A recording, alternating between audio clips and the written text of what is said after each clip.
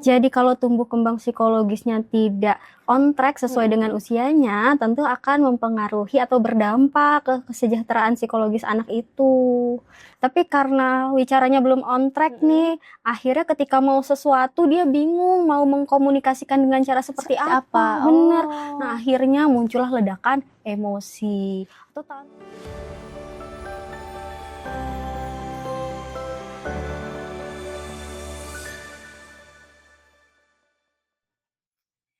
Selamat datang di Diagnosa, dialog informasi kesehatan bersama Rumah Sakit Harapan Bunda Jakarta. Tempat yang ngobrol santai tapi penuh informasi seputar dunia kesehatan langsung dari ahlinya. Healthy people, kali ini kita akan membahas topik yang mungkin sering dianggap sepele. Namun sebenarnya sangat penting untuk diperhatikan, terutama dalam mendukung tumbuh kembang anak secara optimal. Banyak orang tua yang hanya fokus pada tumbuh kembang fisik anak seperti berat badan, seperti tinggi, dan kemampuan akademik. Padahal seringkali kita harus memperhatikan fondasi utamanya nih. Dari semua itu adalah tumbuh kembang psikologis terhadap anak. Nah, tema kita hari ini adalah kesejahteraan psikologis anak berawal dari tumbuh kembang optimal. Untuk membahasnya lebih lanjut, saya sudah ditemani oleh psikologi. Halo Ibu, psikologi keren dari Rumah Sakit Harapan Bunda, yaitu Ibu Saswi Ariyanti SPSI, MPSI Psikolog. Oh ya, healthy people, sedikit informasi juga nih ya Bu. Ibu Saswi Ariyanti SPSI, MPSI Psikolog itu bisa ditemui di Rumah Sakit Harapan Bunda Jakarta pada hari Senin sampai Rabu di 18.30 sampai 8.30 dan di hari Sabtu 9 pagi sampai jam 7 pagi. Ya betul ya Bu? Betul banget. Oke. Bagi healthy people yang ingin berkonsultasi bisa langsung menghubungi WA official kita di 0811 96 kali dan 5. Oke, kita langsung aja kali ya Bu ya, karena banyak healthy people nih yang mungkin ingin bertanya tentang tumbuh kembang anak secara optimal dari segi psikologis. Sebenarnya apa sih Bu yang dimaksud dengan kesejahteraan psikologis pada anak? Oke, kesejahteraan psikologis pada anak itu kondisi di mana anak itu mampu adaptif ketika dia dihadapkan dengan tugas-tugas perkembangan sesuai dengan usianya. Oh gitu, berarti seberapa besar nih Bu pengaruh aspek tumbuh kembang anak terhadap psikologis anak? Tentu sangat berpengaruh banget ya Mbak ya, karena sebenarnya tumbuh kembang psikologis itu menjadi pondasi atas kesejahteraan atau kondisi psikologis anak. Jadi kalau tumbuh kembang psikologisnya tidak on track sesuai dengan usianya, tentu akan mempengaruhi atau berdampak ke kesejahteraan psikologis anak itu. Oh, berarti maksudnya itu berarti jadi fondasi utama saat anak sudah mulai ada tanda-tanda kayak bicara dan yang lain, berarti itu harus diperhatikan juga ya Bu ya? Betul banget. Berarti apa yang bisa terjadi nih Bu kalau misalkan proses tumbuh kembang anaknya tidak optimal sejak dini terhadap kesejahteraan psikologis anak? Bisa terjadi beberapa kondisi psikologis, masalah psikologis. Contohnya jadi anak tidak percaya diri, atau kadang anak juga jadi punya ledakan emosi yang intens gitu ya. Contohnya gini Mbak, ketika anak secara komunikasi gitu ya, tidak on track, misal harusnya usia 2 tahun, sudah punya kosakata sekian, sudah mampu menyampaikan sesuatu secara verbal. Tapi karena bicaranya belum on track nih, akhirnya ketika mau sesuatu dia bingung mau mengkomunikasikan dengan cara seperti apa. Bener. Nah, akhirnya muncullah ledakan emosi atau tantrum kadang. Oh, itu tuh ternyata ada perasaan yang dia nggak bingung kali ya, namanya anak kecil kali ya, dia bingung mau apa, kadang kita juga bingung gitu, orang tua mungkin juga bingung yang dimau apa. Bener, karena dia kan kesulitan dalam menyampaikan apa yang dia maksud gitu ya. Berarti tantrum juga sebagai tanda-tanda ya Bu ya dalam tumbuh kembang anak yang perlu diwaspadai, atau ada tanda-tanda lain yang berdampak pada kondisi psikologis anak? Tanda-tandanya beragam, salah satunya tadi betul tantrum, ledakan emosi yang cukup intens. Misal akhirnya anak juga kesulitan dalam menjalankan aktivitas harian, itu juga bisa jadi salah satu tanda-tanda. Kemudian anak akhirnya kurang percaya diri, Oh, itu juga bisa jadi tanda-tanda yang perlu oke. diperhatikan oleh mama papa di rumah Oh, gitu. berarti kalau misalkan kan kadang aku suka ketemu anak kecil yang dia malu, Mm-mm. mau say hi aja dia malu Mm-mm. gitu. Berarti itu mungkin ada perasaan-perasaan dia yang susah untuk disampaikan, akhirnya numpuk kali ya, Bu ya. Bisa jadi seperti itu, bisa jadi juga karena pembiasaan di rumah gitu. Oh. Tapi memang beberapa kasus banyaknya seperti itu. Dia Oke. kesulitan dalam komunikasi atau dia tidak terbiasa dengan komunikasi dengan orang-orang di sekitar, seperti itu. Akhirnya jadi malu-malu. Oh. Akhirnya jadi nggak percaya diri ketika ketemu sama orang yang nggak familiar sama dia. Oh, gitu. Berarti anak yang terlihat pendiam atau sangat aktif itu selalu berkaitan dengan masalah tumbuh kembang atau psikologis. Kalau itu tuh belum tentu, Mbak. Jadi sebenarnya seberapa intens anak itu pendiam atau aktif. Apakah pendiam dan aktifnya ini berdampak pada aktivitas keseharian anak atau tidak? Jadi contoh-contoh ketika misalkan anak ini terlalu pendiam sehingga itu menjadi sebuah masalah atau terlalu aktif sehingga itu menjadi indikator bahwa itu adalah sebuah masalah psikologis, itu kalau misalkan pendiamnya akhirnya membuat dia kurang adaptif di lingkungan sosial, atau dia malu kenalan sama orang baru atau nangis kalau lagi ada di lingkungan baru. Nah, itu bisa jadi salah satu indikasi bahwa anak tuh butuh pendampingan lebih nih. Atau misalkan kalau misal anak terlalu aktif gitu ya, aktifnya nih frekuensi dan intensitasnya nih kenceng banget nih. Misalkan dia harusnya duduk tenang gitu ya, mengikuti instruksi, tapi karena saking aktifnya nggak bisa kontrol diri, akhirnya dia nggak mau ngikutin instruksi, susah diarahkan. Nah, itu bisa jadi indikasi bahwa anak ini butuh pendampingan khusus nih. Oh, nggak cuma sugar rush aja berarti ya, Bu ya? Oke, berarti seberapa besar peran pola asuh orang tua dalam membentuk psikologis anak, Bu? Karena kan tadi kita lihat ya, kita ngobrol keterbiasaan dia di rumah, mungkin orang tuanya ada yang bekerja dua-duanya, kadang kan kita nggak tahu ya, ada yang diasuh dengan ART-nya atau yang lain. Itu peran pola asuh orang tua tuh seberapa besar sih, Bu? Pasti besar banget ya, Mbak ya, kalau untuk masalah kondisi anak gitu, psikologis anak. Karena sebenarnya kan pola asuh kan dari orang tua. Betul. Nah, orang tua itu kan jadi lingkungan pertama buat anak tuh kenal dunia, memahami dunia. Betul. Kalau pola asuhnya tidak tepat untuk anak, maka akan mempengaruhi persepsi anak tentang dunia juga, yang akhirnya juga akan mempengaruhi kondisi psikologis dia. Gitu. Pantes ya, kadang ada yang lebih dekat sama neneknya karena mungkin perbedaan, karena kan gini Bu, jadi aku suka lihat orang tua mengasuhnya beda, terus dititipin neneknya beda juga. Itu mempengaruhi nggak sih, Bu? Bener-bener mempengaruhi banget. Nah, jadi neneknya pola pengasuhannya lebih ngikutin anak biasanya kan. Misalnya nurutin apa aja anaknya mau dikasih gitu. Bener. Sedangkan orang tuanya lebih disiplin. Betul. Gitu kan.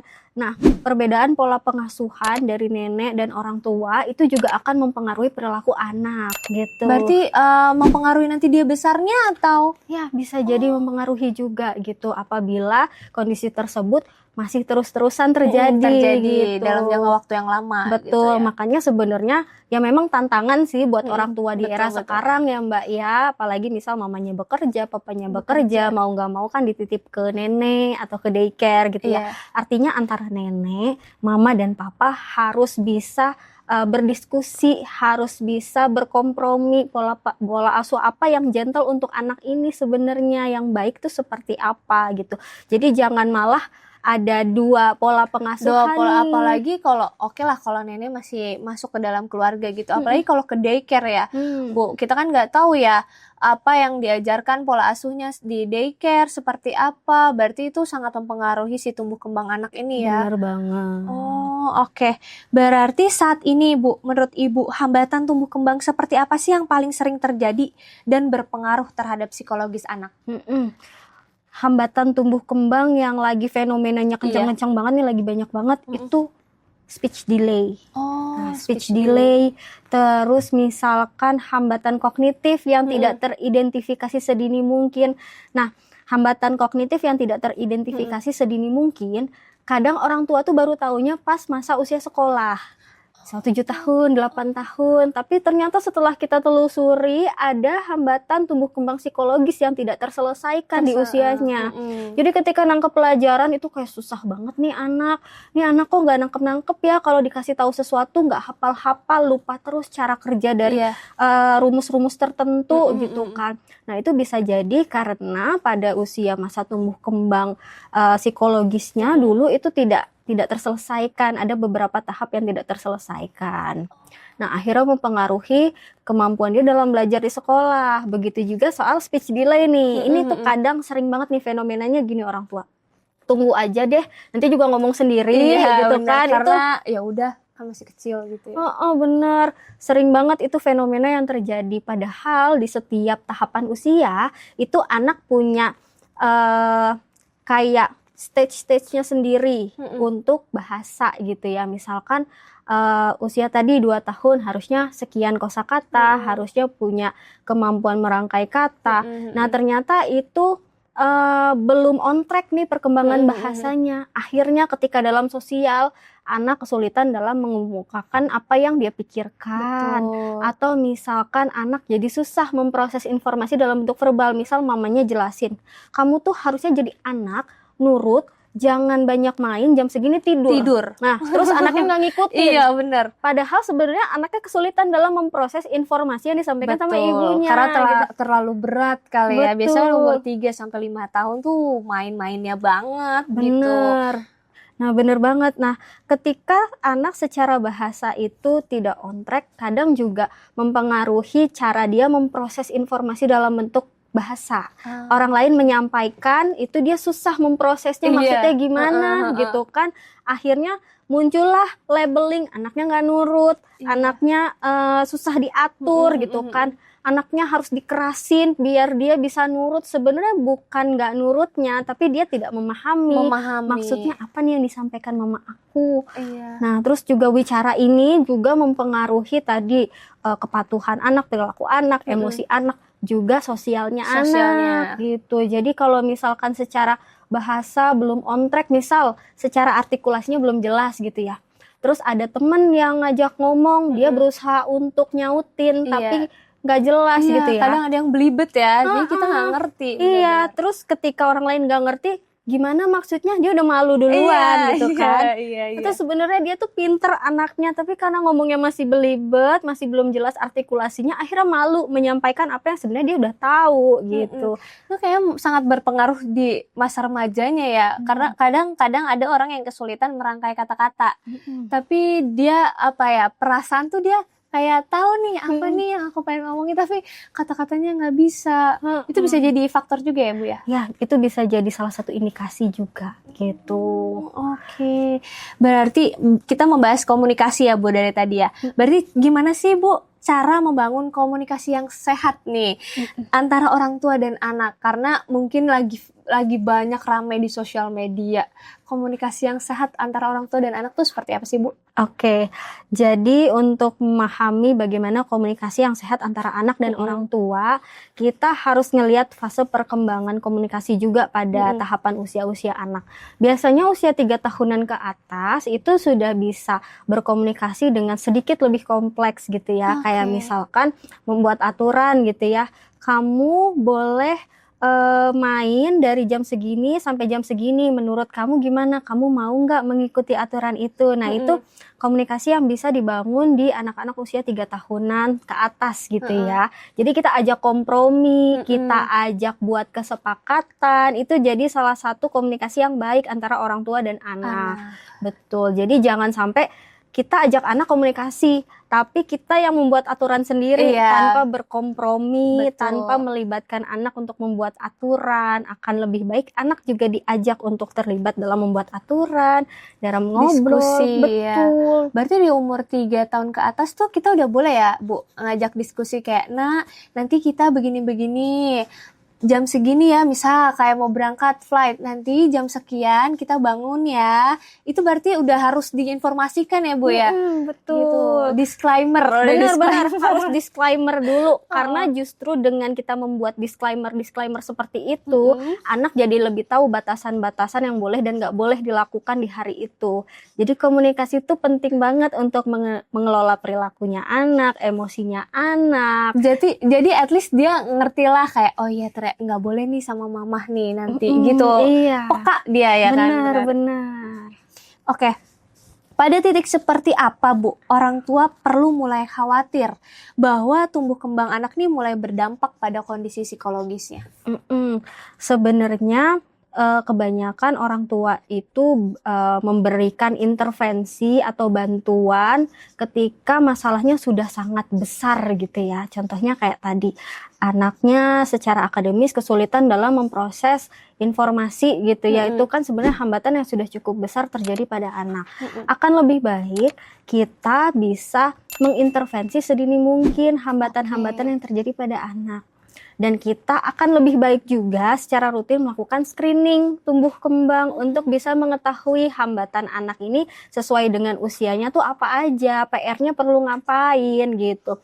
Jadi kalau misalkan ditanya mengenai hambatan apa aja nih yang perlu kita sadari sebagai orang tua sehingga bisa memberikan intervensi ke dia, akan lebih baik kita melakukan screening dulu nih ke dokter spesialis anak atau ke psikolog anak untuk mengetahui kondisi psikologisnya, kondisi tumbuh kembangnya sesuai dengan usianya. Karena tiap usia tuh hambatannya beda-beda gitu, targetnya beda-beda.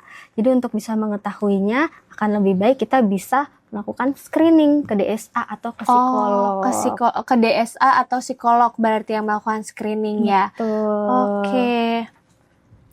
Berarti si orang tua ini bukan dituntut ya, lebih ke ya udah sebagai kewajiban untuk melihat tumbuh kembang anak. Seperti itu. Oke. Jika ditemukan misalkan ya hambatan dalam tumbuh kembang yang mempengaruhi psikologis anak, langkah awal apa yang sebaiknya dilakukan orang tua? Misalkan kayak kalau kita kecelakaan kan dari P3K pertamanya. Kalau seperti ini apa sih Bu? Akan lebih baik kita mengidentifikasikan akar masalahnya tuh di mana. Misal ternyata kemampuan komunikasinya kurang berkembang sesuai dengan usianya. Kita harus bisa mengidentifikasikan akar masalahnya. Entah ini karena kurang stimulasi atau anaknya memang ada kondisi tertentu yang menyebabkan dia kurang mampu menyerap pembelajaran bahasa di lingkungan. Jadi kuncinya adalah mengetahui akar masalahnya. Mengetahui akar masalahnya itu paling utama berarti ya. Setelah tahu apa masalahnya, baru diskusikan misalnya sama keluarga, profesional. Anak ini harus diapakan gitu.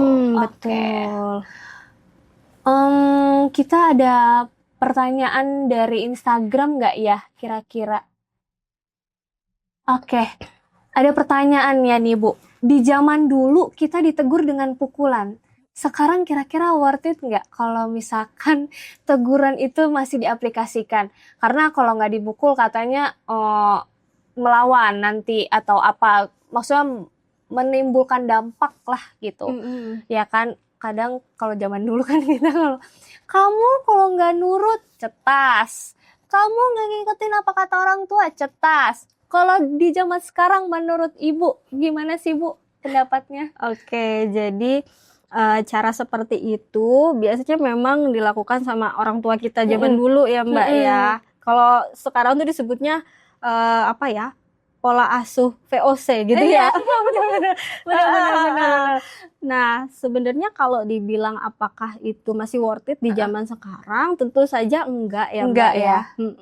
Karena sebenarnya patuh, tapi patuhnya tuh karena takut, bukan karena memahami konteks dari kenapa dia harus patuh nih gitu kan. Jadi memang akan lebih baik yaitu kita membuat aturan, tapi aturannya pun harus kita diskusikan dengan anak, harus kita ajak anak berkontribusi dalam membuat aturan.